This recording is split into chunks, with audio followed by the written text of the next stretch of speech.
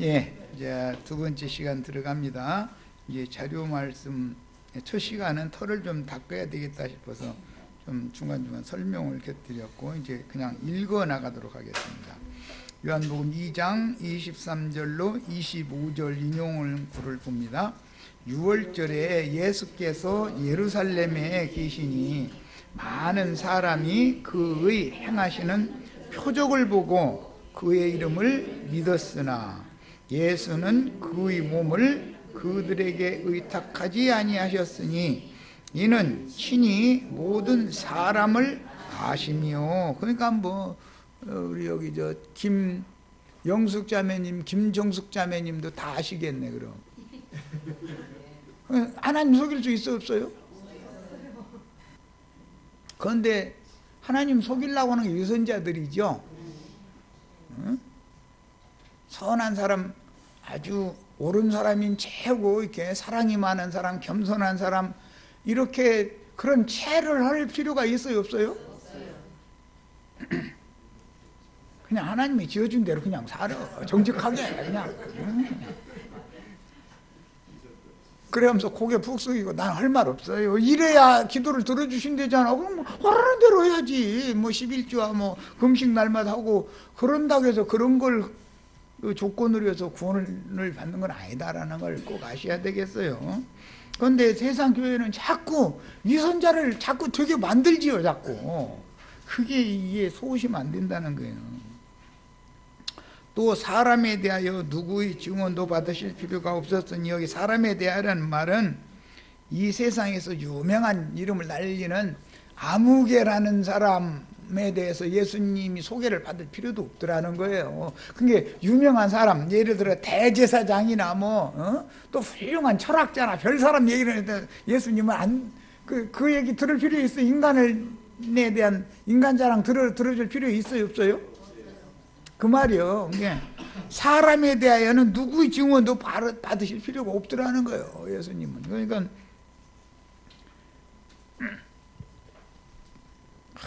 아무개같이 법 없어도 살만한 사람, 온유한 사람, 나 그렇게 따뜻하고 부드러운 사람 처음 봤다 그러면, 그럼 예수님이 그 사람 좀 데리고 와봐 뭐 이렇게 하시는 것도 아니고 관심을 안 가죠.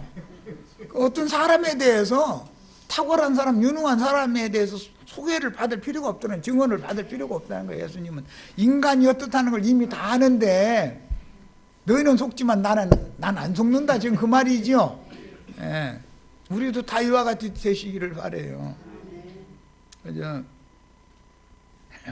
좀 저거 한 얘기지만 어떤 사람이 괜히 아주 유순한 모습으로 생글생글 웃는 모습으로 뭐 하다가 지하철 살라고 섰는데 오늘 시간이 있어서 해가면서 접근하면은 네 하면 돼요 안 돼요? 그걸 물어보는 내가 좀 그렇지. 그게 더 위험한 사람이죠. 뭐라고 해야 돼요? 아니 당신 좀 보는 사람인데 왜 나 지금 바쁜 사람한테 와서 쓸데없는 말을 하냐고. 그래야 다른 사람한테라도 그 짓을 묻을 거 아니요. 나한테 그런 놈이 내가 안 들어준다고 그냥 좋게 그냥 가버리면은 다른 누군가 또 그날 일 낼 거 아니에요. 어차피 목적을 삼고 나온 게 뻔한데. 그래서 인간이라는 것은 믿으면 돼요 안 돼요? 야, 이렇게 불신하게 만드시네요. 예수만 믿으라고 돼 있지 인간 믿으라는 말은 성경에 없어요. 우리가 믿는 건 예수 믿어야죠. 아이 나는 내 남편은 믿어. 천만의 말씀이요. 남편한테 속았다가는 상처 더 받아. 남한테 쪽 하면은 상처가 좀 뭐 시간 지나면 가시죠. 남편한테 만약에 상처받았다가는 시간이 지나도 웅어리가 져가지고 이게 해결이 안 되는 거예요. 그러지 마시고 예수만 믿으셔. 이렇게 말하면 그렇게 그러면 살벌하게 어떻게 사느냐고. 살벌하게 사시려고 말고 내가 살벌하게 살라고는 안 했으니까는 사람을 너무 의탁하려고 하지 말아라 이 말이지. 자, 이는 그가 친히 사람 속에 있는 것을 아십니다.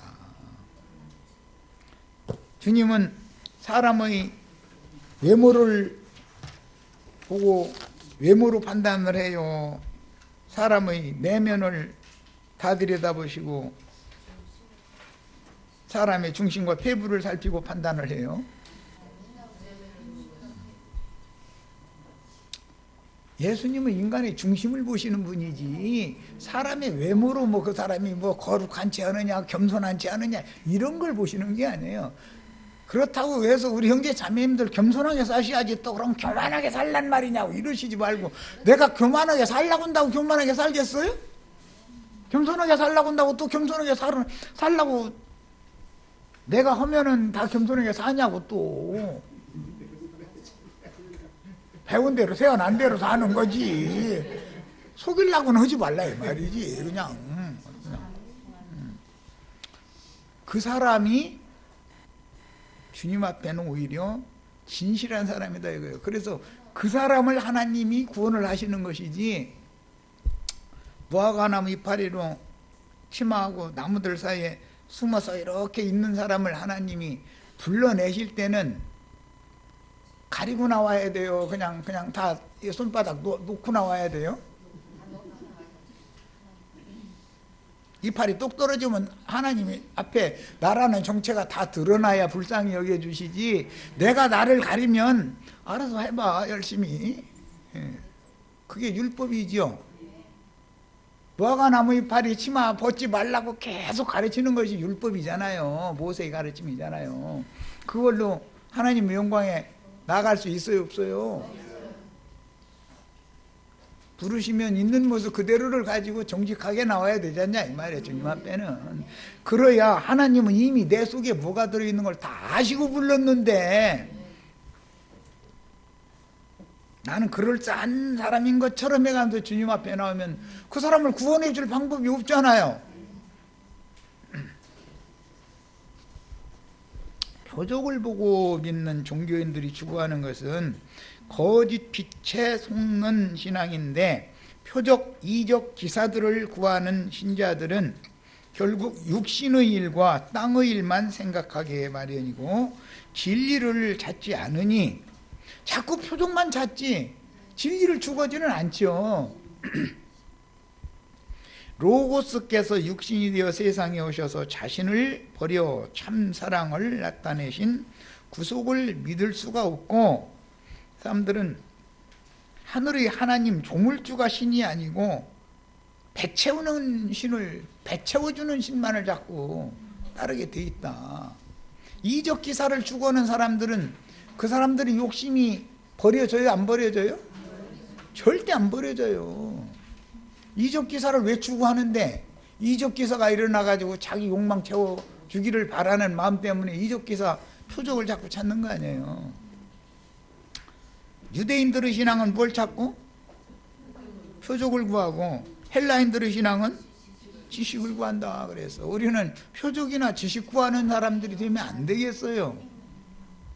아담 세계 인간들이 어떠한 존재인지 예수님은 너무도 잘 아시기 때문에 표적을 보고 믿는 교인들에게 의탁하거나 자신을 증거로 받으려 하지 않으신 것은 로고스의 성육신과 그분의 입으로 나오는 말씀을 받아 그분이 메시아임을 믿으려 하지 않고 예수께서 행하시는 이적 기사만 요구하는 전형적인 종교인들에게 불신인 것이다. 오늘날 기독교계에 많은 사람들이 모이는 곳에는 이적 기사가 많이 일어나죠. 그것이 불신자들의 집단이라는 표시다 이런 말이에요. 그게 이제 뭐 한 가지 예를 들자면, 이제 막 신령한 방언한다고 많은 사람들이 그런 걸 추구하고 그러는데, 고린도전서 14장에 그 방언을 설명하실 때 보면, 그런 방언은 신령하다고 하는 사람 세상 교계에서 행하는 그런 방언은 믿는 자들을 위한 표적이라겠어요? 믿지 않는 자들을 위한 표적이라겠어요? 아니 왜 믿지 않는 자들에게 나타나는 표적을 그걸 그걸 해야 된다고 가르치는 건, 아니 그건 도대체 무슨 배짱이야? 어? 성경에 명확하게 그거는 믿지 않는 자들에게 나타나는 표적인 거고 믿지 않는 자들을 위하여 주시는 표적인 거다 그랬는데, 아니 기왕이면 믿는 자들에게 주시는 표적을 구해야지 믿지 않는 자들에게 주시는 걸 왜 구합니까? 성경을 너무 성경을 인간의 그런 개념으로 해서 가르치는 것이 너무 아주 보편화되어 있다고요. 한 가지 예를 들은 거예요.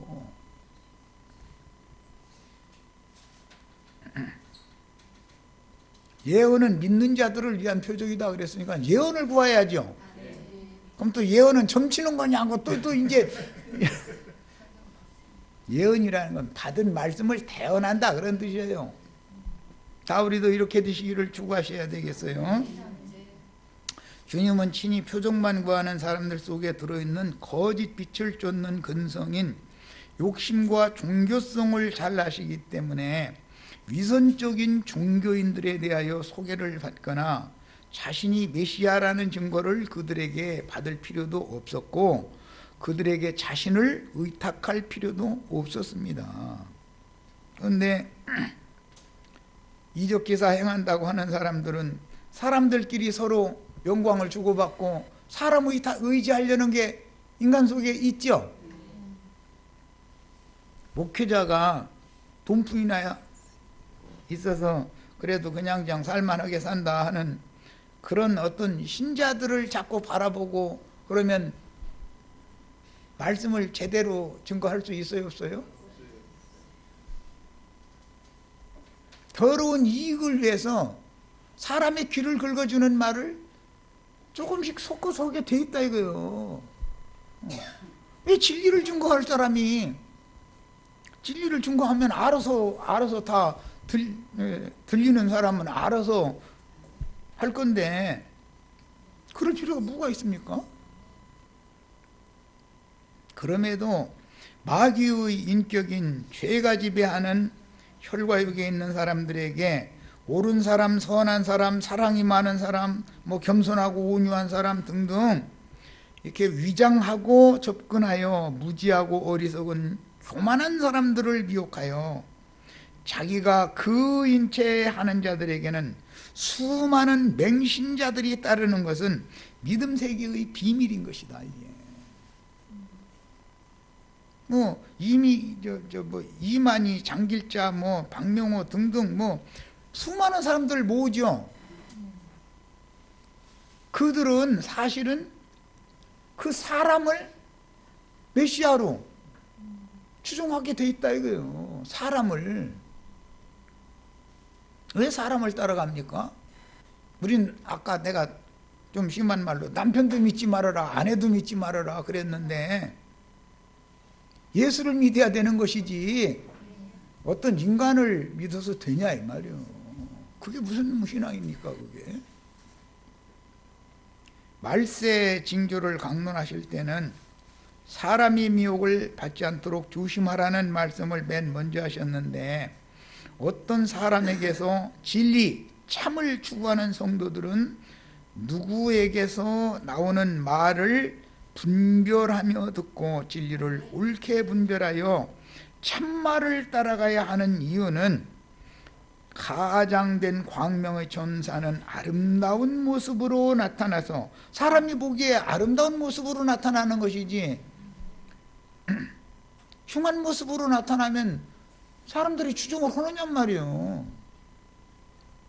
너무도 그럴듯한 말로 자연인들을 미혹하기 때문입니다. 진리의 하나님이신 빛의 말씀으로 거듭난 새 사람만이 영원한 세계와 상관이 있는 것이고 사람이 보기에 선하고 좋은 모양을 내는 것이나 세상의 선과 옳음을 추구하는 종교로는 영생이신 하나님께 나아갈 수 없고 아무 상관도 없는 속임의 경우가 많으므로 참빛이라는 표현에 대해서 깊은 이해가 필요합니다.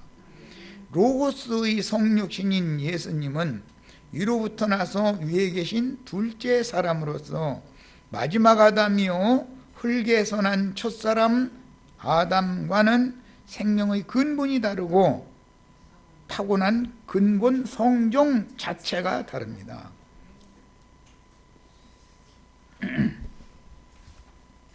혈통과 육정과 사람의 뜻으로 난 인생들과 하나님의 뜻을 이루기 위하여 세상에 오신 예수님은 출생의 근본 자체가 다르죠.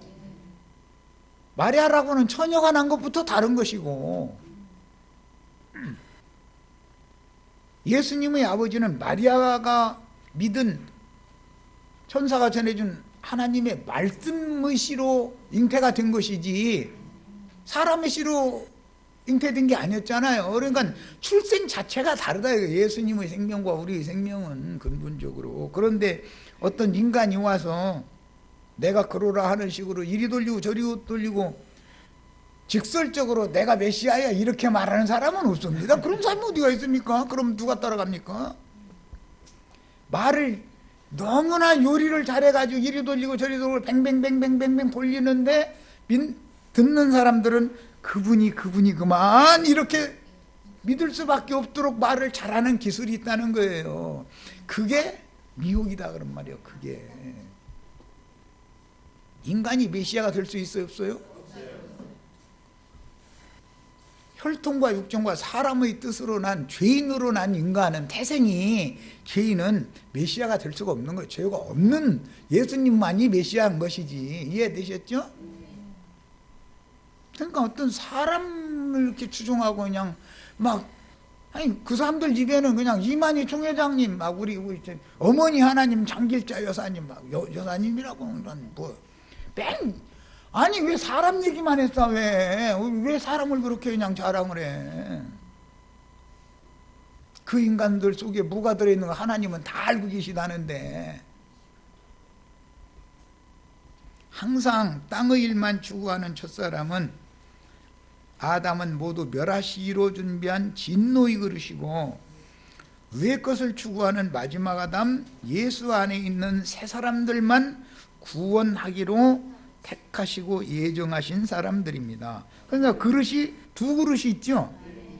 흙그릇도 있고 보석그릇도 있어요. 보석그릇은 속사람을 말하는 거예요. 구속하신 속사람을. 질그릇이라는 건 겉사람을 말하는 거고 겉사람이 선을 향하고 뭐 온유하고 따뜻하고 부드럽고 뭐 좋은 얘기 다 갖다 찍어 붙여도 하나님은 관심도 없다는 거예요. 그런 거에 대해서는.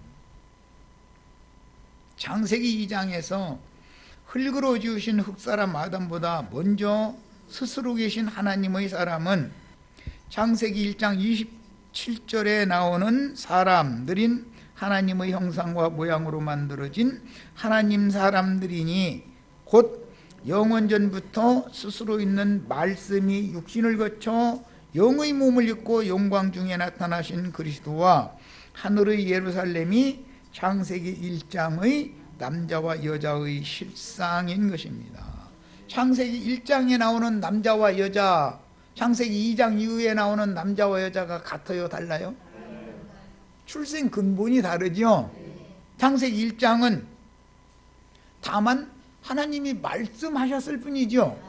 흙으로 뭐 빚어서 어떻게 했다 뭐 이런 게 없어요. 창세기 1장은. 그런데 우리의 형상과 우리의 모양대로 우리가 사람을 만들 때 그로 이렇게 돼 있죠. 그로가 창세기 1장 27절에 나오는 말이잖아요. 모든 생물을 다스리게 하자 하셨다고 그랬어요.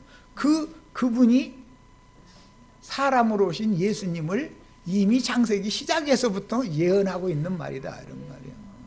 창세기 2장 4절 이후에 나오는 땅에 흙으로 지은 아담 부부 얘기는 우리 같은 죄인들을 말하는 것이고, 그 창세기 1장의 하나님의 형상이신 예수 그리스도의 형상과 모양으로 창세기 2장 이후에 나오는 사람들을 구속해서 창세기 1장에 나오는 그 하나님 사람으로 만들어가는 것이 구원사다 그런 말이에요. 세상 교계의 강대상에서 예수님을 소개할 때 대부분 온유하고 사랑이 많으신 분으로만 설교하지만 네 생물이라는 것은 모든 생물을 상징하는 거예요.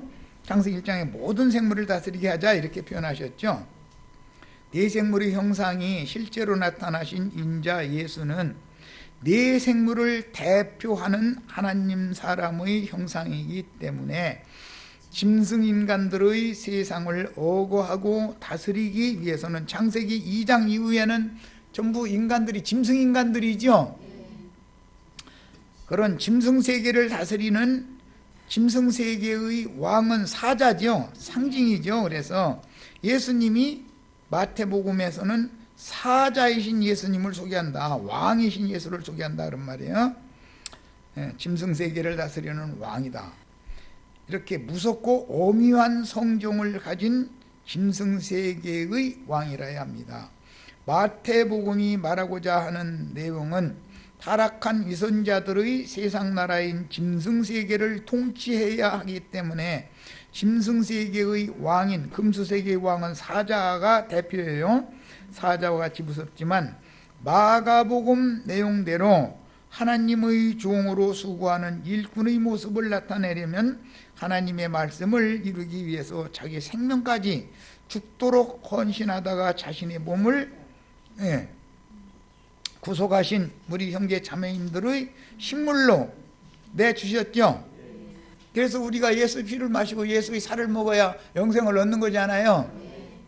그래서 마가복음에서는 송아지 혹은 소로 표현을 하는 것이다.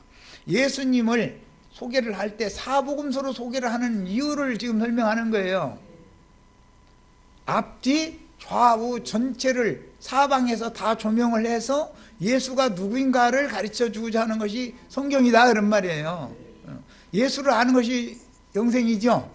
유일하신 참 하나님과 그의 보내신 자 예수 그리스도를 아는 것이 영생입니다 그랬어요. 자, 그럼 예수를 알려면 전면을 다 알아야 된다 이거예요. 앞만 알아도 안 되고 뒤만 알아도 안 되고 우측만 알아도 안 되고 좌측만 알아도 동서남북 사방을 다 알아야 된다 이거예요. 예수님이 이런저런 여러 면이 있으니까 지금 그 말이에요. 누가복음에서는 사람으로 오셨지만 바다 짐승들인 세상의 군왕들이나 종교 지도자들인 땅의 짐승들과 야합하지 않고 그들에게 압제와 학대를 당하는 창기 세리 모인 모든 죄인들을 불러서 구원하여 보호하고 사랑하시는 메시아이시니 세상 나라의 권세자들인 짐승인간들이 사랑하는 것과는 사랑의 대상도 사랑의 내용도 차원이 다를 수밖에 없는 것이다. 하나님의 사랑과 인간의 사랑이 차원이 다를 수밖에 없는 거죠. 인간들은 태어날 때부터 세상을 사랑하도록 원래 구조가 이렇게 해서 태어나기 때문에 만약에 예수님이 오셔서 세상을 사랑하는 사랑으로 우리가 서로 사랑을 하겠다면 그냥 가만 놔두면 되지 예수님이 오셔서 죽을 필요가 있냐 이 말이요. 이해되시죠? 우리가 서로 사랑해야 된다고 그런 강론을 들을 때 잘 구분해서 들으란 말이에요. 그래서 이 사람이 지금 뭔 소리를 하는지 종교인들하고 위선자들하고 짐승인간으로서 짐승으로서 사람 열매 맺으라고 강요하는 사람인지 하나님의 생명으로 거듭난 하나님 사람이 된 다음에 하나님의 사람으로 잘 양육받아지면 생명률에 따라서 생명의 법칙에 따라서 자연히 선한 열매, 의의 열매는 나중에 맺게 맺는 것인데 생명의 풍성을 얻게 가르치는 사람인지 사람을 강요해서 무엇을 하고 무엇을 하지 말아라 이런 건 알마다 가르치는 사람인지 들어보면 구분이 오지 않냐 이 말이에요.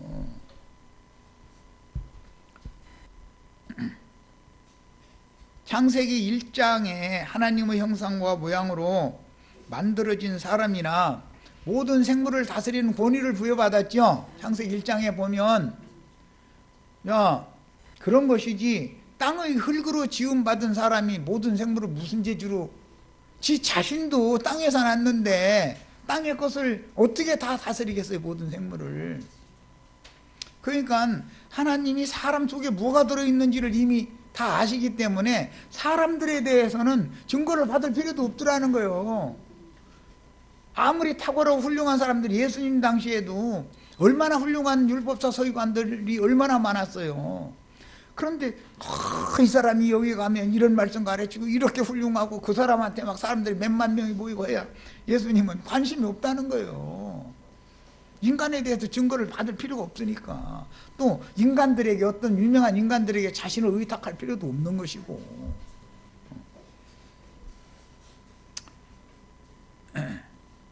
주님은 짐승나라인 세상 사람들을 아무나 다 사랑하는 것이 아니고 세상에 있는 자기 사람들만 끝까지 사랑하셨으니, 이게 요한복음 13장 1절 이후에 나오는 말이죠. 세상에 있는 자기 사람들만 끝까지 사랑하셔요. 우리 여기에 다 들어가시기를 바라요. 예수님이 끝까지 사랑했다는 건 죽기까지 사랑했다 이 말이에요. 예수님의 입으로 나오는 말씀을 듣고 그분을 메시아로 믿고 심령과 정신과 온 몸을 다하여 그분을 자신의 주와 그리스도로 따르며 헌신하는 참 제자들만을 끝까지 사랑하셨습니다. 그러니까 우리가 다 참제자들이 되셔야 되겠죠. 사복음서로 네 생물의 대표, 모든 생물의 대표인 로고스의 성육신이신 인자 예수 그리스도를 증거하는 이유는 예언된 말세에는 무저갱이 열리고, 마가복음 9장 엊그제 일요일날 그 질문답변 시간에 잠깐 소개해드린 것처럼 지옥불 속에서 구더기들이 죽지도 않고 계속 시체 다 파먹는 이제 그런 말씀을 하셨는데, 그게 황충 군대 귀신들을 염두에 두는 표현이고 지옥의 악기들을 상징하는 말이에요. 뱀은 종신토록 흙을 먹으라고 그랬는데 뱀이 실제로 흙 먹는 거 봤어요? 뱀이 흙 먹고 삽니까?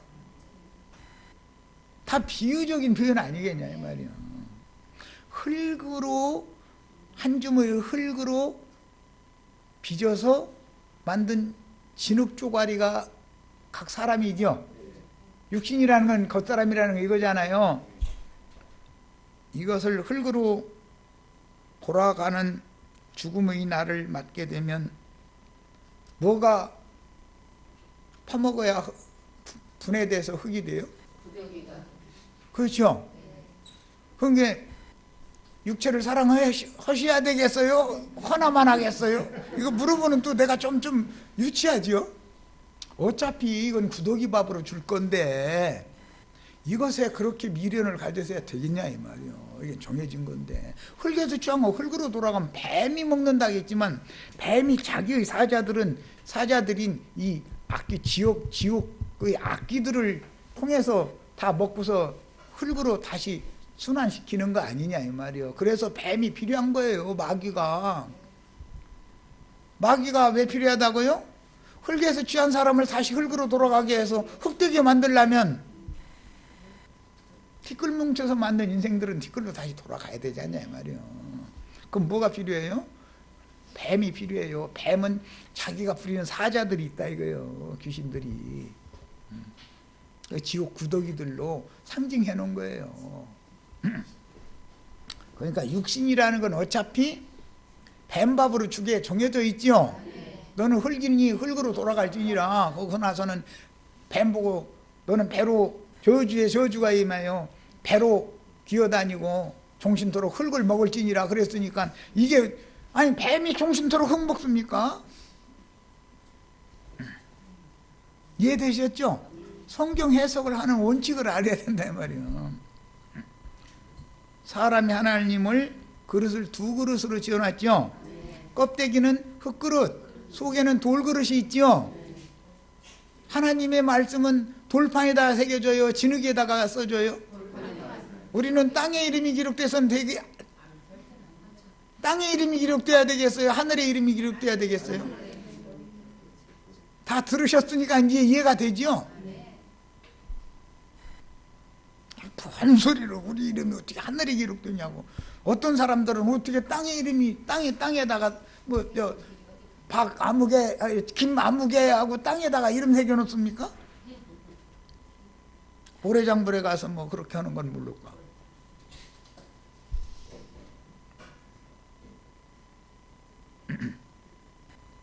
땅의 이름이 기록된 뱀밥 되는 거 아니냐 이 말이요. 흙에서 온 자는 흙으로 돌아가게 마련이고 위로부터 온 자는 위로 가게 마련이다 그런 말이요. 다 모든 것은 본 곳으로 돌아가게 돼 있는 거예요.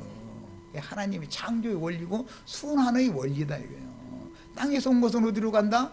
땅으로 간다. 위로부터 온 것은 위로 가는 거예요. 아셨죠? 이게 요한복음이 말하고자 하는 거예요. 그래서 위로부터 거듭나야 된다 그런 거예요. 미혹의 영으로 마귀에게 보냄을 받은 가라지 주수꾼들이 많이 나타나서 선하고 옳은 사람으로 보이면서 그럴듯한 말로 결국은 나는 그로다라고 미혹하여 가라지의 단으로 묶는 큰 단체를 세워서 자기를 위한 왕국으로, 또는 그게 자기의 사업체지요. 비즈니스잖아요. 목사님들이 교회 개척한다는 건 회사 차렸다라는 말이에요. 하나님이 보실 땐 이렇게 본다 그런 말이에요. 주님의 교회는 인간들이 왕국이 아니에요. 주님이 왕 노릇을 해야 주님의 교회인 것이지. 이해되시죠? 계시록 9장에는 하늘에서 큰 별이 떨어질 때 무저갱의 열쇠를 가지고 와서, 무저갱에는 황충 귀신들이 있죠. 그게 예수님 말씀에는 지옥에는 구더기들도 죽지 않는다 그런 구더기들이에요. 그게 구더기, 그 worm이라고 하는 영어, 그게 황충이라고 할 때 그 충 같은 단어예요. 하나님이 흙에서 온 첫 장막을 무너뜨려서 흙으로 다시 돌려보내려면 순환을 위해서는 구더기들이 필요하다 그런 말이에요. 우린 구더기밥 되면 안 되겠죠. 이제 껍데기랑 구더기밥에 줘버리고, 어차피 하나님이 정한 거니까. 하나님의 참 빛으로 거듭난 빛의 자녀들은 빛의 세계로 가게 마련인 거다 이거요. 위에서 온 것은 위로 가는 거예요. 다 우린 이걸 죽으셔야죠. 그래서 무저갱 열쇠를 가지고 와서 무저갱을 여니까 무저갱의 불타던 연기와 함께 황충대가 지상세계로 올라왔다고 했는데, 오늘날 지금 더러운 악기들이 올라와가지고 판치고 있는 거 보이죠? 이제 더러운 악기들이 지금 지옥세계에서 올라와가지고서 판치고 있잖아요.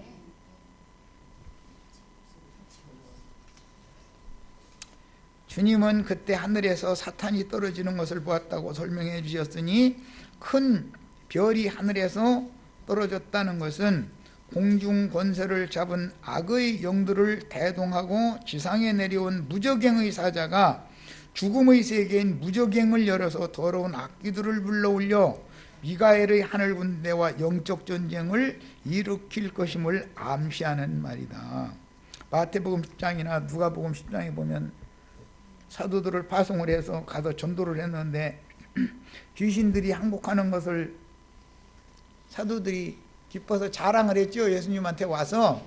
그랬더니 야, 난 하늘에서 별이 떨어지는 것을 봤다 그랬어요. 그런데 그게 사탄이 번개같이 떨어지는 걸 내가 봤다 그랬어요. 그러니까 사탄의 세계에도 빛을 발하지 않는 무광별들이 그렇게 많다는 거예요. 공중 권세 잡은 어둠의 권세자 악의 영들이 그만큼 많이 있는 거예요. 빛의 천사들만 있는 게 아니고. 그러니까 어떤 세계에서 보냄을 받은 어떤 사자의 증거를 들을 때는 듣는 사람도 책임이 있는 거예요. 전하는 사람도 책임이 있지만 듣는 사람도 책임이 있는 거예요. 이해 다 되시죠? 아무 분별 없이 그냥 무조건 오고 아멘 이러면 되냔 말이에요.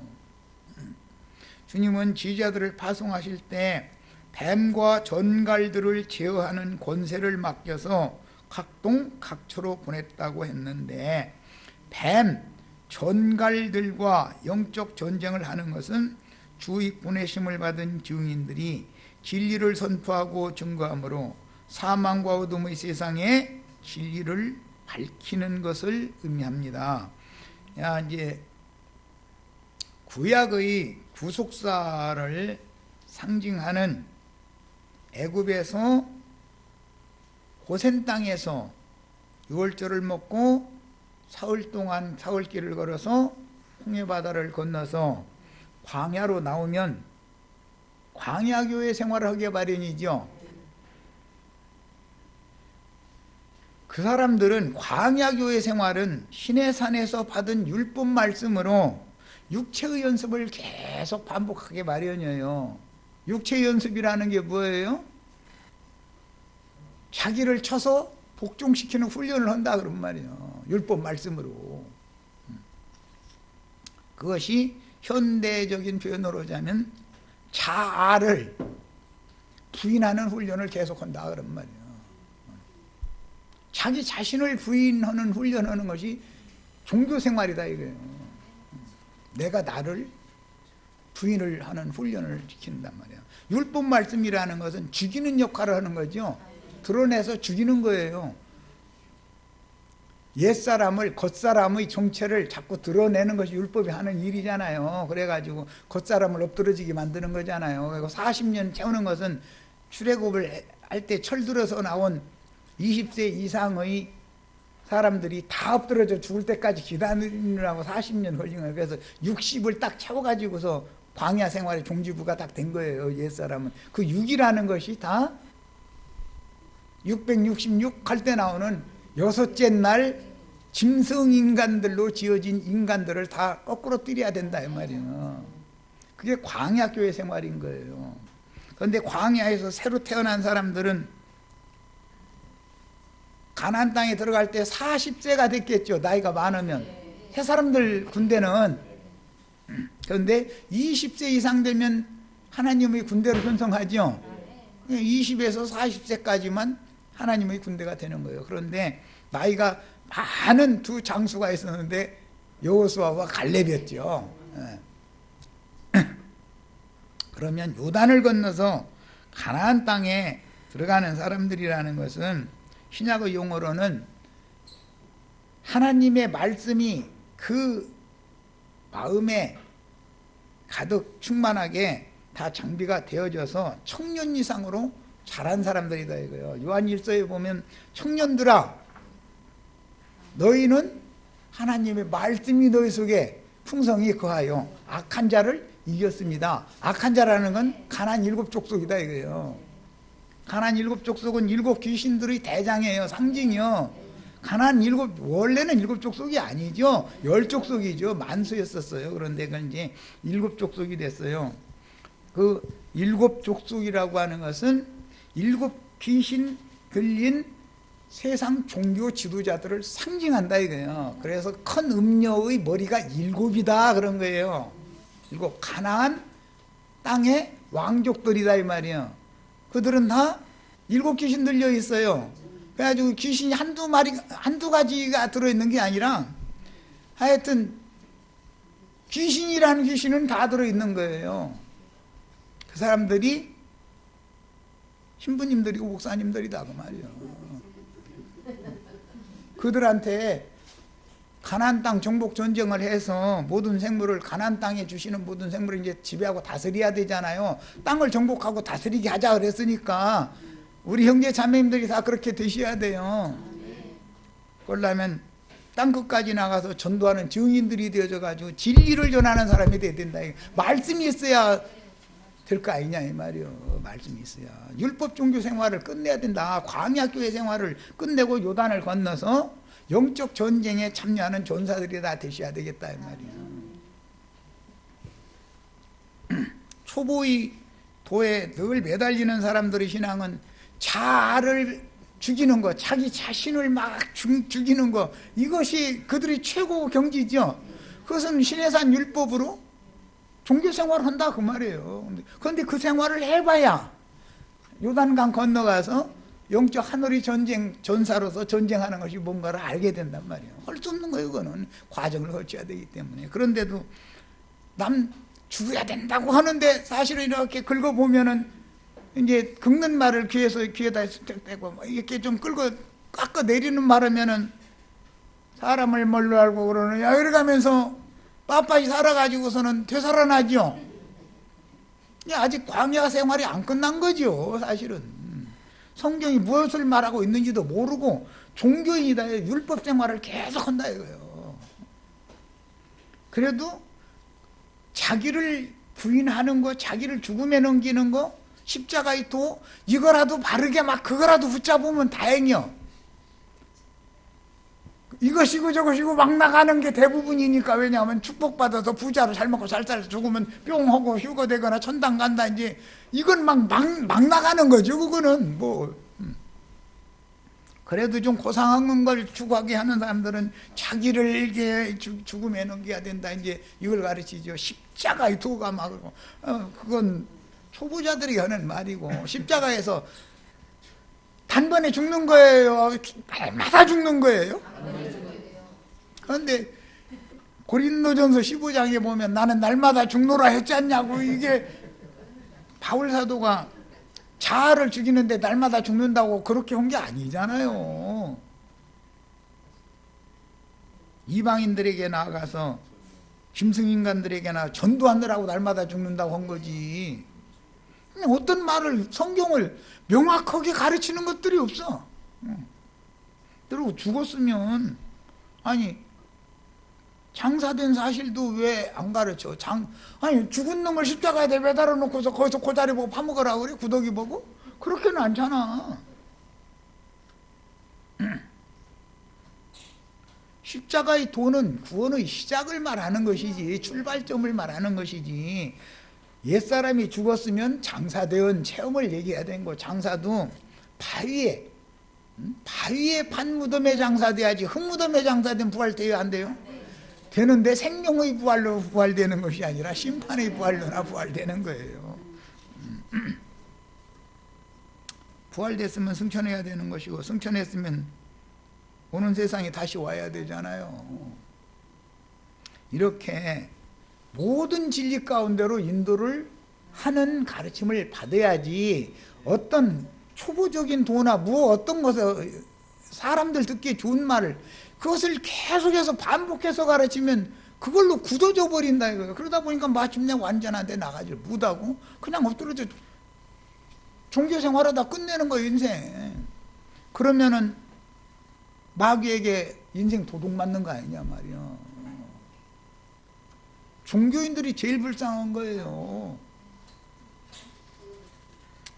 뱀과 전갈들은 육체에 상관된 조문의 율법 말씀들을 항상 다 지켜서 옳고 선한 일을 많이 하는 것이, 그것이 빛을 발하는 것이며 구원이라고 속이고, 사람들을 이끌어서 자기 왕국을 세우고 수많은 신자들에게 자신이 영광을 받고 왕노릇하는 것이 특징입니다. 여기까지 해서 두 번째 시간 마치도록 하겠습니다.